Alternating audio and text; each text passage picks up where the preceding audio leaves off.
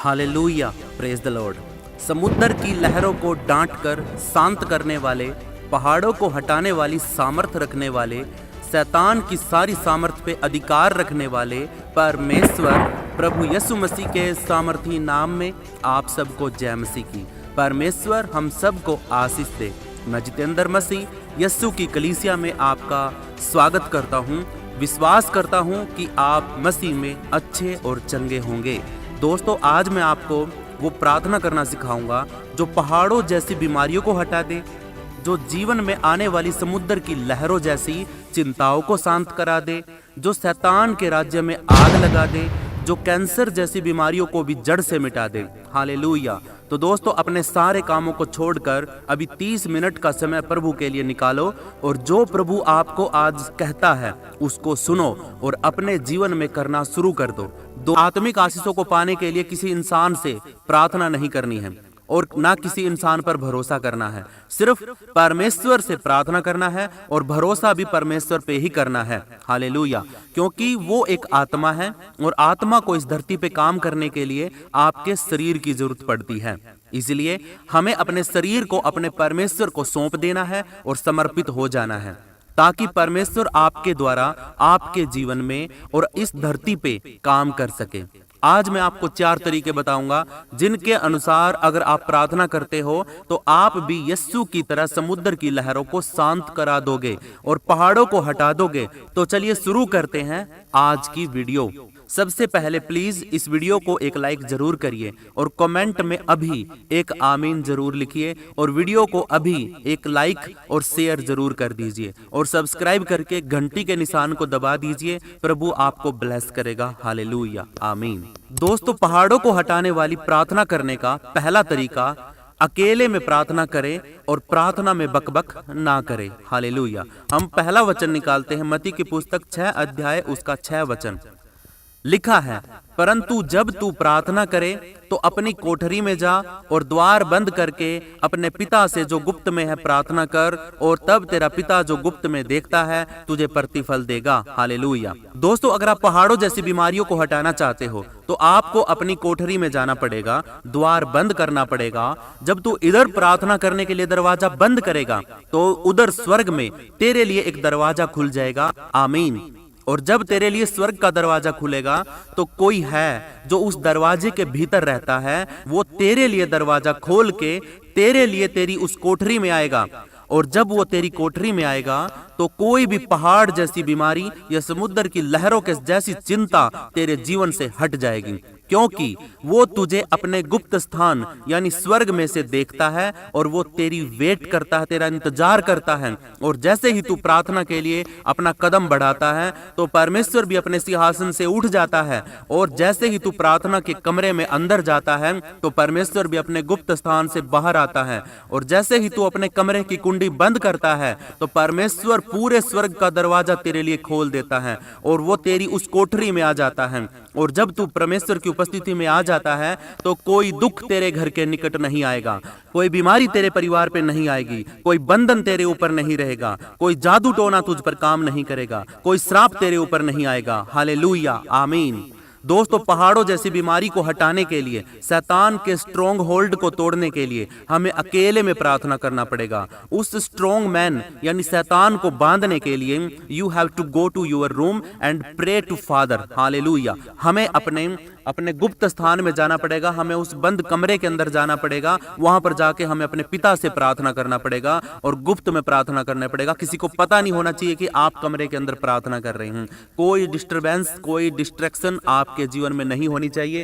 कोई भी व्यक्ति, कोई भी बच्चा, कोई भी मोबाइल आपका आप उसके कमरे में नहीं होना चाहिए। आप अकेले में जाइए और परमेश्वर से प्रार्थना करिए, और जो प्रार्थना आप उस बंद कमरे में करोगे, जो भी घोषणाएं आप वहां पे करोगे, घुटनों पर आकर जो भी बातें आप परमेश्वर से रोकर करोगे, मेरे प्रियो, जहां पे आपने दरवाजा बंद करके बैठे हो ना, उधर परमेश्वर ने आपके लिए स्वर्ग का दरवाजा खोल दिया है। आपकी आवाज सीधा परमेश्वर के पास जा रही है और परमेश्वर आपके साथ उस कमरे के अंदर मौजूद होता है। जब आप बोलोगे तो आपकी आंखों से आंसू भी आ सकते हैं, और जब आप प्रार्थना करोगे तो आप चिल्ला भी सकते हो, आप रो भी सकते हैं, आप अपने दिल की बात, आपका दिल भर के आ सकता है। और जब आपकी वो प्रार्थना, मन की प्रार्थना और आत्मिक प्रार्थना जब आपके मुख से निकलेगी तो आपकी बातों से, आप पहाड़ों को हटा सकते हैं, आप बीमारियों को चंगा कर सकते हैं। आप जो घोषणा कर दोगे परमेश्वर आपके लिए उस चीजों को करना शुरू कर देगा। ये है पहाड़ों जैसी बीमारियों को हटाने वाली, समुद्र के लहरों को थामने वाली, समुद्र को शांत कराने वाली और यरीहो जैसी दीवारों को तोड़ने वाली, सिंहों के मुंह को बंद करने वाली, सिंहों के मुंह को फाड़ने वाली। हालेलुया। इस तरीके से आप जब गुप्त में जाते हैं तो परमेश्वर आपकी प्रार्थनाओं को उत्तर पक्का देता। हालेलुया। अब दूसरा पॉइंट पढ़ते हैं। पहाड़ों को हटाने वाली प्रार्थना करने का दूसरा तरीका धन्यवाद करना है, स्तुति करनी है, आराधना करनी है, उसकी महिमा करनी है। हालेलुया। दूसरा जो स्टेप है मेरे प्रियो वो सबसे जरूरी है, इसको बड़े ध्यान से समझना है। भजन संहिता 100 अध्याय उसका 1 वचन से 4 वचन तक, हे सारी पृथ्वी के लोगों यहोवा का जय जयकार करो, आनंद से यहोवा की आराधना करो, जय जयकार के साथ उसके सम्मुख आओ, उसके फाटकों में धन्यवाद और उसके आंगनों में स्तुति करते हुए प्रवेश करो, उसका धन्यवाद करो और उसके नाम को धन्य कहो। दोस्तों हम इसको इंग्लिश में भी पढ़ते हैं, फिर आपको और भी अच्छे से समझ में आएगा। लिखा है, serve Jehovah with gladness, come before his presence with singing, enter into his gates with thanksgiving and into his courts with praise, give thanks unto him and bless his name। Hallelujah, praise the Lord। मेरे प्रियो, पहाड़ों जैसी बीमारियों को हटाने के लिए हमें उसकी उपस्थिति में जय जयकार के साथ गीत गाते हुए और महिमा के गीत गाते हुए आना है। हमें प्रार्थना करने से पहले, अपनी बातों को उसके सामने रखने से पहले हमें प्रेज करना, हमने धन्यवाद करना, हमने स्तुति करनी है, हमने वर्शिप करनी है। वो बहुत जरूरी है। जब तक आप परमेश्वर को कुछ दोगे नहीं तो आप कुछ भी पाओगे नहीं। जब तक आप बोओगे नहीं तब तक आप काटोगे नहीं। इसीलिए जब भी आप परमेश्वर से प्रार्थना में कुछ मांगते हैं तो उसको देना बहुत जरूरी है। आपने वहां पे बोना बहुत जरूरी है। यही बात ये वचन सिखाता है कि उसके कोर्ट के अंदर, कोर्ट मतलब उसके फाटकों के अंदर, हमें उसके न्यायालय के अंदर हमें क्या करना है? धन्यवाद के साथ प्रवेश करना। हालेलुया।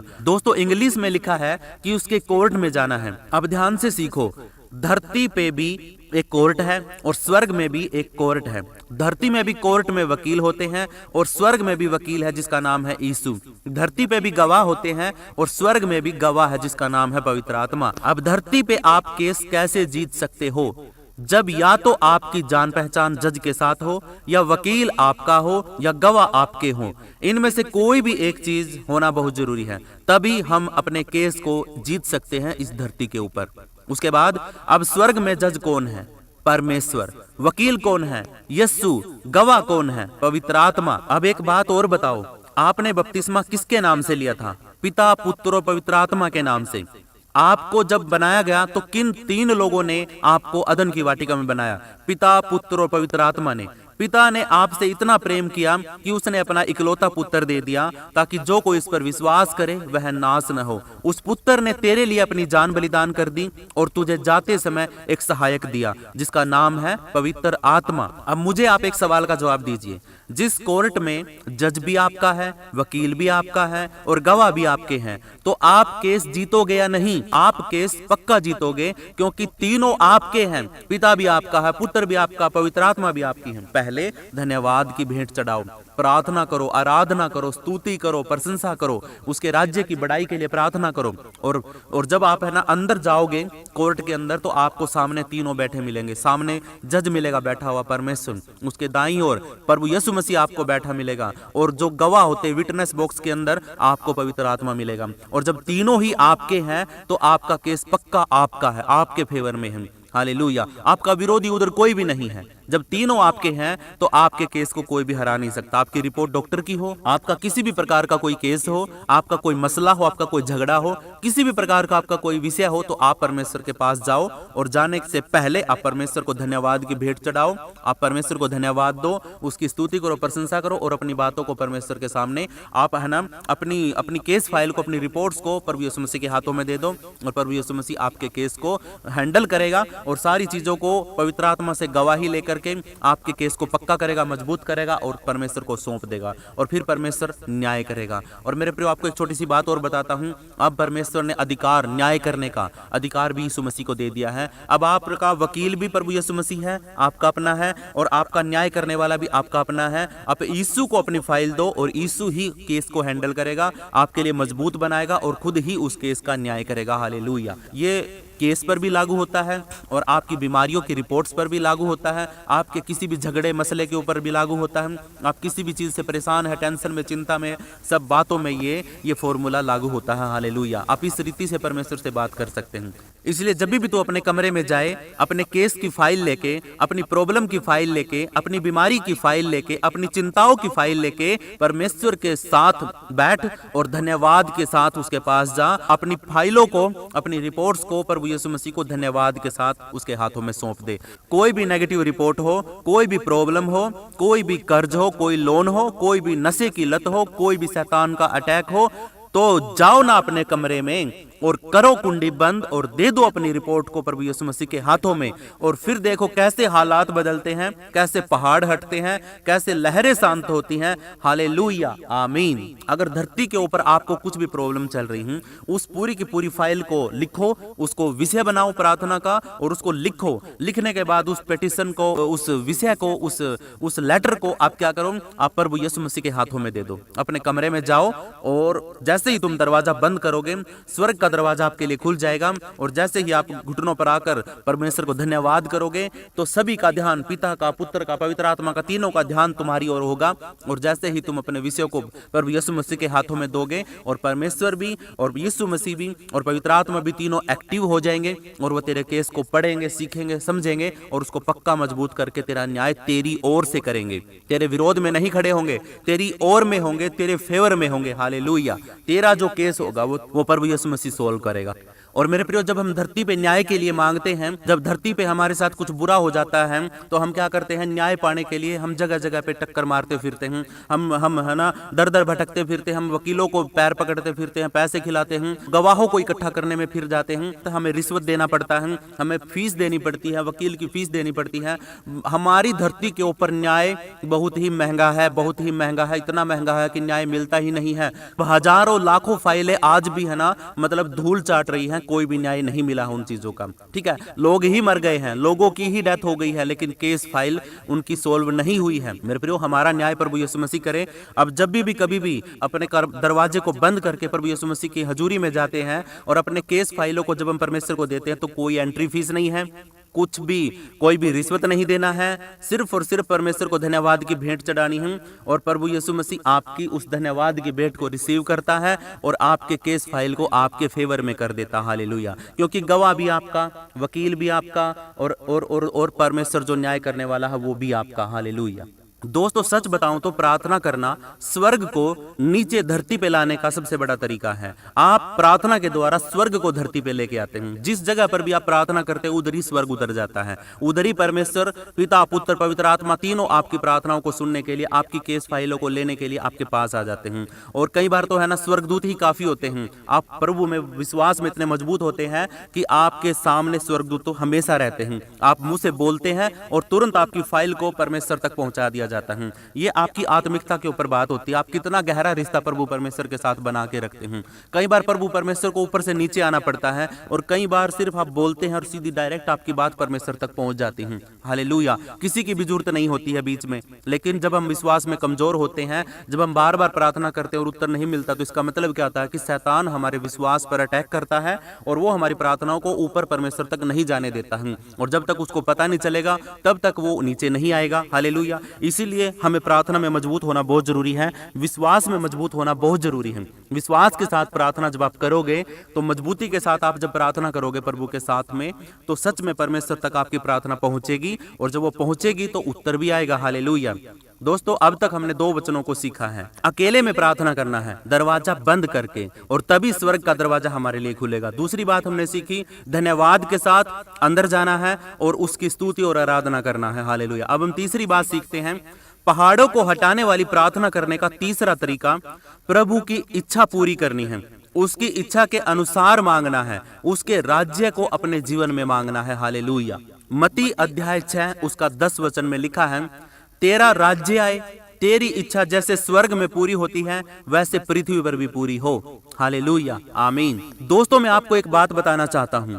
अगर आपके जीवन में प्रभु यीशु मसीह की इच्छा पूरी हो गई, तो वो आपसे इतना प्रेम करता है कि आपके घर को ही स्वर्ग बना देगा, जहां आपको किसी भी चीज की जरूरत नहीं पड़ेगी, चंगाई के लिए प्रार्थना नहीं करनी पड़ेगी, क्योंकि बीमारी ही नहीं रहेगी, पैसों के लिए, लोन कर्ज के लिए, नशे की लत के लिए, दुष्ट आत्माओं से छुटकारे के लिए कोई भी प्रार्थना करने की जरूरत नहीं पड़ेगी, क्योंकि जिस घर के अंदर परमेश्वर की उपस्थिति है उस घर के अंदर ये चीजें होंगी ही नहीं। हमें इनके खिलाफत में कोई प्रार्थना करने की जरूरत नहीं है। हमें परमेश्वर, जिस दिन हमने परमेश्वर के राज्य को अपने घर में बुला लिया, जिस दिन हमने परमेश्वर की महिमा अपने घर में करना शुरू कर दिया, तो वहां पर आपके घर को ही परमेश्वर स्वर्ग बना देगा, अपना स्थान बना देगा, परमेश्वर के आने जाने का स्थान बना देगा। वहां पर पवित्र सुरदूतों का पहरा लगा रहेगा, वहां पर पवित्र आत्मा मंडराता रहेगा। हालेलुया। जब भी कोई भी दिक्कत आएगी तो प्रभु पहले से ही उसको सोल्व कर देगा, लेकिन उसके लिए आपको अपने घर को स्वर्ग बनाना पड़ेगा। वहां पर प्रार्थना के लिए आपको तत्पर हमेशा एक जगह तैयार करनी पड़ेगी, जहां पर आप घुटनों पर आकर आप अकेले में बैठ के प्रार्थना कर सके। वो जगह जहां पे आप प्रार्थना करते हैं, वो जगह प्रभु यीशु मसीह के नाम से शुद्ध हो जाएगी, और वहां पर प्रभु यीशु मसीह की, परमेश्वर की वेदी हो जाएगी। हालेलुया। वहां कोई विरोधी आत्मा काम नहीं कर सकती है।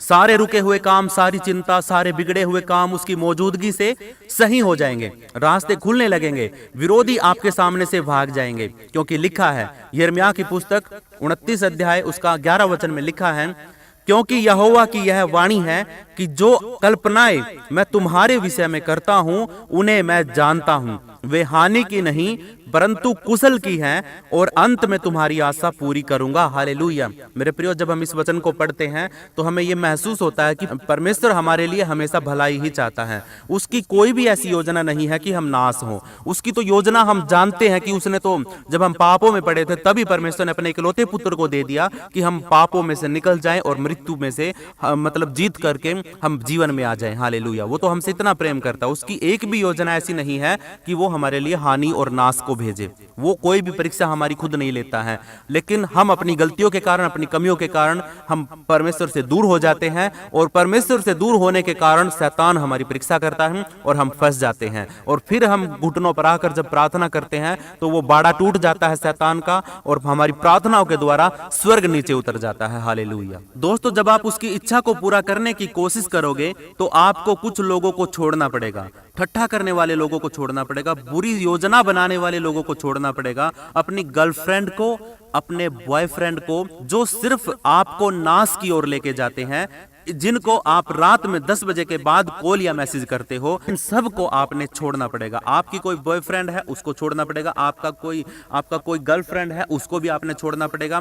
आपको है ना रोशनी में आना पड़ेगा, आपको अंधेरे से निकल करके रोशनी में आना पड़ेगा। अब इस बात को सुन करके आपको बेशक बुरा लगे, आप मुझे बेशक भला बुरा कहना, लेकिन मेरा कहने का मतलब ये है कि परमेश्वर का वचन मुझे कहता है कि तू चेतावनी दे, क्योंकि जिस बात को मैं कह रहा हूं उस बात में से मैं निकल के आ चुका हूं। मैंने वो चीज महसूस करी है, परमेश्वर का गुस्सा महसूस किया है, मैंने अपने पाप के कारण अपने जीवन में श्राप को महसूस किया है, और जब परमेश्वर ने अनुग्रह किया और मुझे छुड़ाया तो मैंने उसके प्यार को भी महसूस किया है। आज मैं जो कुछ भी हूं आपके बीच में वो प्रभु यीशु मसीह के अनुग्रह से हूं। हालेलुया। लेकिन ये सत्य है। और मेरे प्रियो, मैं आपको एक बात बताना चाहता हूं कि अगर आप ऐसे किसी पाप में है, ऐसे किसी व्यभिचार में है, ऐसे किसी बंधन में है, तो ये बंधन सिर्फ आप तक सीमित नहीं रहता है। ये बंधन आपके बाद आपके बच्चों में जाता है, आपकी पत्नी में जाता है, आपके बच्चों में जाता है, आपके बच्चों के बाद फिर आपके नाती पोतों में जाता है, और ये 7 पीढ़ी तक ऐसे चलता रहता है। इसीलिए अभी समय है, अभी इस चेन को ब्रेक करो, तोड़ो। अगर अभी आप इस बंधन को तोड़ो, और जैसे ही आप तोड़ दोगे तो आपके बच्चे और आपका जीवन सुधर जाएगा, और कोई भी पाप, कोई भी मिलावट उनके जीवनों में नहीं रहेगी। हालेलुया। तो इसीलिए अगर पापों के श्रापों से बचना है तो अभी वो जो 10 बजे के बाद आप कॉल करते, मैसेज करते हैं, जिसको छुप छुप के बात करते हैं, वो बॉयफ्रेंड हो या गर्लफ्रेंड हो या कोई भी थर्ड पर्सन हो जिसके साथ आप ऐसे गुप छुप के बात करते हैं, उसको बंद करिए यीशु मसीह के नाम में, क्योंकि वो आपको नाश की तरफ लेके जा रहा। हालेलुया। उसको ब्लॉक मत करिए। अगर ब्लॉक करोगे तो कुछ समय के बाद अब उसको दोबारा फिर अनब्लॉक करके उससे बात करना शुरू कर दोगे। उसको दिल से ब्लॉक करना, फोन से नहीं।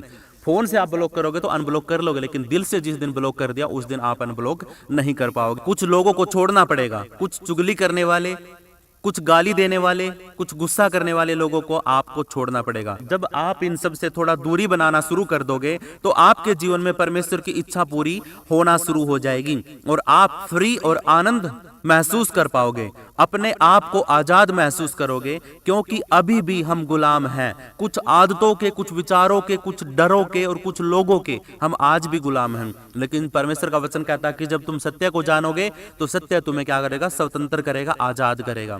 तो जितना जल्दी हो सके अपना मन फिराओ, कुंडी बंद करके धन्यवाद के साथ कमरे में जाओ और घुटनों पे बैठो और बोलो कि हे स्वर्गीय पिता, मेरे जीवन में तेरी इच्छा पूरी हो जाए, आमीन, हालेलुया। अब जब आप इन लोगों को छोड़ोगे और अपने अपने पापों से मन फिराओगे तो कुछ अब नॉर्मल चीजें शुरू हो जाएंगी, कुछ अलग ही परेशानी हो सकती है, आपका मन थोड़ा उदास भी हो सकता है, आप कुछ नए प्रॉब्लम का सामना कर सकते हैं। लेकिन लेकिन लेकिन चिंता मत करिए। पहले तो आप शैतान के राज्य में थे, उसको कोई फर्क नहीं पड़ता था आप क्या कर रहे हैं, आप झूठ बोल रहे हैं, आप चोरी कर रहे हैं, आप पाप कर रहे हैं, आप व्यभिचार कर रहे हैं, उसको कोई फर्क नहीं पड़ता था, इसलिए सारा रास्ता आपका सीधा करके रखता था वो। लेकिन जैसे ही आपने उसके राज्य को, तरीकों को, उन चीजों को आपने छोड़ना शुरू कर दिया और जो शैतान था जिसका आप पहले फॉलो करते थे उसको फिर गुस्सा आता है, वो फिर तंग हो जाता है, वो चिढ़ जाता है, हालेलुया। और वो क्या करता है कि आपको वापिस उस पाप में लेके आने के लिए आपके जीवन में कुछ दुखों को, कुछ तकलीफों को, कुछ अलग सी प्रॉब्लम को आपके जीवन में फेस कराना शुरू कर देगा। आप समझोगे, देखोगे कि हाँ, जैसे ही मैंने यीशु मसीह पर विश्वास किया है कि तभी से कुछ दिक्कतें, कुछ प्रॉब्लमें मेरे जीवन में आ रही हैं। और जैसे ही आप सही रास्ते पर चल पड़े हैं तो जो बुरा रास्ता था वहां के लोग आपको खींच रहे हैं, वो शैतान, वो लूसीफर, वो दुष्ट आत्माएं आपको अपने रास्ते पर वापस लेके आना चाहते हैं, इसीलिए आपको वो तंग करते हैं। घबराना नहीं है, इन बातों से, इन एबनॉर्मल चीजों से घबराना नहीं है। बस आपने प्रार्थना करना है कि प्रभु मुझे इन बुरे हालातों से बचने के लिए बल दो, हिम्मत दो और इस पापी जीवन को छोड़ने में मेरी मदद करो। वो आएगा आपके कमरे में, वो आपको बदल देगा, आपके सारे हालातों को बदल देगा। उसको बोलो कि हे पिता, मुझे तेरी जरूरत है, इस वक्त मुझे ये दुख सहने की ताकत दे। खुद प्रभु यीशु मसीह ने भी पिता से प्रार्थना करके दुख सहने की हिम्मत और बल मांगा था, हालेलुया। गतसमनी के बाग के अंदर जब आप देखते हैं प्रभु यीशु मसीह को, जब उसका पसीना लहू बन के निकलने लगा था, याद करो उस बात को। प्रभु यीशु मसीह ने कहा कि हे पिता, ये दुख मेरे सहने से बाहर हो सकता है, क्योंकि मैं भी एक मनुष्य हूँ, मैं भी शरीर में हूँ। जब मुझे कोड़े लगेंगे, जब मुझे मारा जाएगा, जब मैं इतना भारी क्रूस उठाकर चलूंगा, जब लोग मुझे गालियां देंगे, और सबसे बड़ी बात, शरीर का दुख तो दूर की बात है, लोग मुझ पर झूठा दोष लगाएंगे, जो मैंने किया ही नहीं है उस बात के लिए मुझे सजा देंगे। सबसे बड़ा दुख तो ये होता है, आप अंदर से टूट जाते हैं। तो प्रभु यीशु मसीह को पता था कि ऐसा कुछ होने वाला है, इसलिए वो घबराहट में प्रभु परमेश्वर के पास गया, प्रार्थना करी, और जैसे ही वो घबरा रहा था परमेश्वर के सामने तो उसका पसीना लहू बन के टपकने लग गया था। इतनी घबराहट हो गई थी, इतनी टेंशन, इतनी चिंता हो गई थी, इतना दर्द महसूस कर रहा था प्रभु यीशु मसीह उस टाइम पे, क्योंकि वो देह में था, शरीर में था, हालेलुया। लेकिन याद रखो मेरे प्रियो, परमेश्वर हमारा पिता है, वो हमें उन दिक्कतों में से इसलिए निकालता है कि हम किसी मुकुट को पाए। हम परीक्षाओं में से इसलिए निकलते हैं कि हम ताए जाकर के, परखे जाकर के हम खरे सोने बन जाएं। परमेश्वर इसीलिए हमें बीच में से निकालता है, गोत्रो करता है, उस चीज से अबो नहीं, उससे ऊपर नहीं, उससे हटकर नहीं, उस दिक्कत के, उस परेशानी के बीच में से हमें निकालता है, और वो चाहता है कि हम खरे उतरे और परमेश्वर के विश्वास योग्य बने रहें।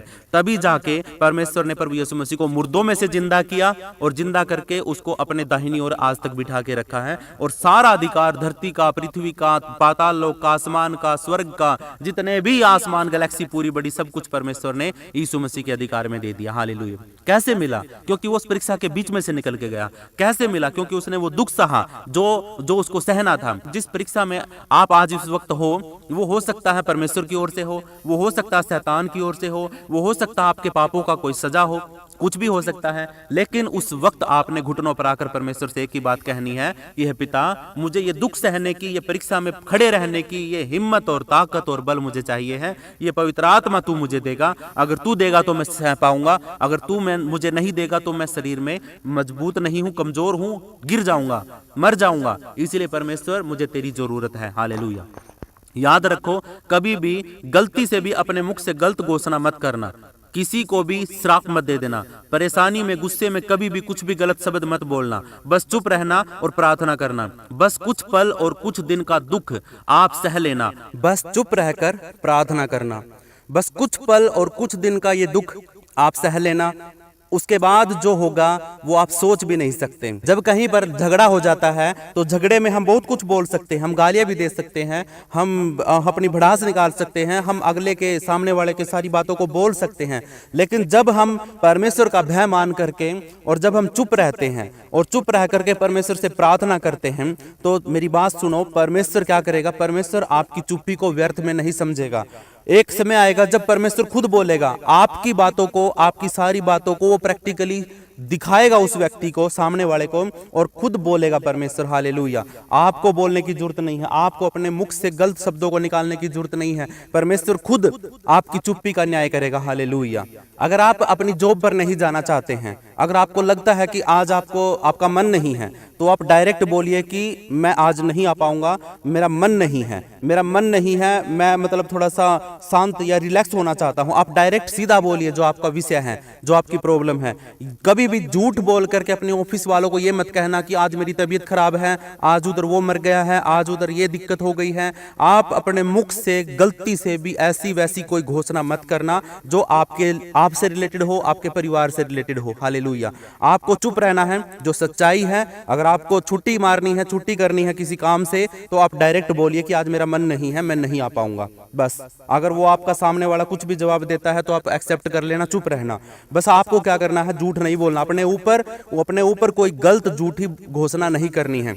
हालेलुया। बहुत से लोग बोलते हैं कि आज मेरी तबीयत खराब है, बहुत से लोग बोलते हैं कि मैं नहीं आ पाऊंगा, आज मेरा उधर से रिलेटिव था वो उसकी डेथ हो गई है, झूठ बोल देते हैं। हालेलुया।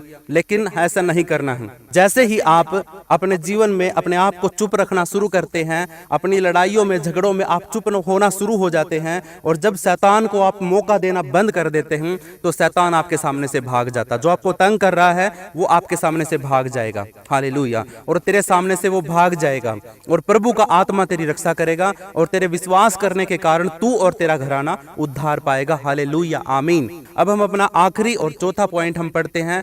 लिखा है, पहाड़ों को हटाने वाली प्रार्थना करने का चौथा तरीका है हर दिन प्रार्थना करनी है, कॉम्प्रोमाइज नहीं करना है और आनंदित रहना है। हालेलुया। पहला थिस्सलुनीकियों 5 अध्याय उसका 17 से 18 वचन, 17 और 18 वचन में लिखा है, निरंतर प्रार्थना में लगे रहो, सदा प्रसन्न रहो, खुश रहो, प्रार्थना करना कभी ना छोड़ो, हर परिस्थिति में परमेश्वर का धन्यवाद करो। दोस्तों, हमें सिर्फ अपनी परेशानी में ही प्रार्थना नहीं करनी है, सिर्फ अपने दुख में ही नहीं, सिर्फ हालातों को बदलने तक ही नहीं, बल्कि वचन कहता है कि हर रोज प्रार्थना, निरंतर प्रार्थना, बिना डरे, बिना रुके, लगातार प्रार्थना करना है। हालेलुया। दोस्तों, अगर आप हर रोज प्रार्थना करने वाले व्यक्ति हो तो कोई भी आपको हिला नहीं सकता है, बल्कि आप बड़े बड़े पहाड़ों को हिला दोगे अपनी प्रार्थना के द्वारा। आपकी लगातार प्रार्थना में शायद आपको नहीं पता है कि क्या हो सकता है। ध्यान से सुनो, जब आप एक काम को करने लग जाते हो और हर रोज करने लग जाते हैं,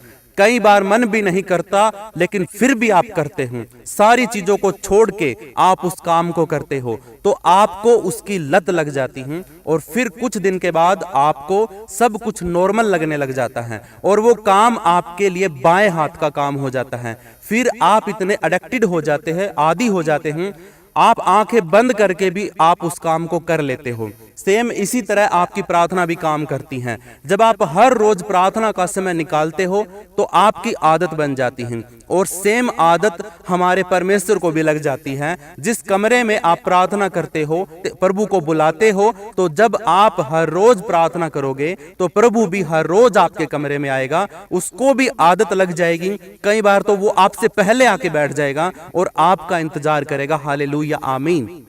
कई बार आपके पूरे घर में से सिर्फ आप ही हो जो प्रार्थना करते हो, हर रोज पिता के पास जाते हो सकता है कि आपकी पत्नी, आपका पति, आपके बच्चे, आपका परिवार का कोई भी सदस्य आपके साथ बैठ के प्रार्थना नहीं करता हूँ, आपके बच्चे आपकी नहीं सुनते हो, कोई बात नहीं है, कोई बात नहीं है। आप एक हो, एक ही काफी है। आपके पूरे घराने को बदलने के लिए बस विश्वास के साथ हर दिन प्रभु के पास जाओ और प्रार्थना करो, और जैसे जैसे आप प्रभु का आदर करना शुरू कर देते हो तो प्रभु आपका आदर करना शुरू कर देगा। हालेलुया। बस पूरे मन से, पूरे प्राण से, पूरे आत्मा से प्रभु पे विश्वास करो, और हर रोज उसके सामने, उसके पास जाओ और कुंडी बंद करो, उसका धन्यवाद करो, घुटनों पे आके अपनी रिपोर्ट और केस फाइल को प्रभु के हाथों में दे दो, बाकी वो सब कुछ संभाल लेगा। हालेलुया। मैं विश्वास करता हूं कि आप अब सभी पहाड़ों जैसी बीमारियों को अपने आप प्रार्थना करके हटा दोगे। अगर आप मेरे साथ जुड़ के एक मन होकर हर रोज प्रार्थना करना चाहते हो तो हम हर रोज रात को 9 बजे हम गूगल मीट से प्रार्थना में जुड़ते हैं और हमारे साथ पूरे भारत के अंदर से बहुत से लोग जगह जगह से हमारे साथ जुड़ते हैं और बड़ी बड़ी मिनिस्ट्रियों के अंदर से भी विश्वासी लोग हमारे साथ जुड़ते हैं। आप भी जुड़ करके परमेश्वर के वचन को सीख सकते हैं, प्रार्थना कर सकते हैं, सारी चीज़ों के लिए प्रार्थना कर सकते हैं। आप भी मेरे साथ जुड़ करके परमेश्वर के राज्य को बढ़ा सकते हैं, क्योंकि हम अपने काम के लिए नहीं हैं, हम अपने काम को नहीं बढ़ा रहे हैं, हम अपनी चीज़ों को नहीं बढ़ा रहे हैं, हम किंगडम के लिए काम करने वाले व्यक्ति हैं। हर एक विश्वासी परमेश्वर के राज्य के लिए काम करने वाला व्यक्ति है। तो इसलिए आप जुड़ करके परमेश्वर के इस महान काम को आगे बढ़ा सकते हैं। इसीलिए मैं आपसे बोलता हूं कि आप अगर चाहते हैं कि मेरे साथ जुड़ना चाहते हैं तो मैं आपको अपना नंबर डिस्क्रिप्शन में भी दूंगा और इस वीडियो के स्क्रीन के ऊपर भी आपको नंबर मिल सकता है। तो आप प्लीज़ मेरे साथ मैसेज करिए, मुझे मैसेज करिए और मैं आपके नंबर को ग्रुप में ऐड करूंगा और आप मेरे साथ मिलकर के परमेश्वर के राज्य के बढ़ाने के लिए और अपने देश के लिए, अपने राज्य के लिए, अपने सारे बड़े बड़े जो मंत्री हैं, जो कानून व्यवस्था है, उन सब के लिए हम प्रार्थना करेंगे कि हमारा परमेश्वर सारी चीज़ों को सुव्यवस्थित करे, सारी घटियों को, कमियों को दूर करे और परमेश्वर से हम अपने सारे विषयों के लिए प्रार्थना करेंगे, क्योंकि वो महान परमेश्वर है। हालेलुया। आप मेरे साथ जुड़कर ये काम करना चाहते हैं तो प्लीज़ आप मुझे मैसेज करिए और कमेंट में अपनी प्रार्थना का विषय आप लिख सकते हैं। कमेंट में आप आमीन लिख सकते हैं, ये जरूरी है। हालेलुया। परमेश्वर आप सबको आशीष करें। सबको जय मसीह की।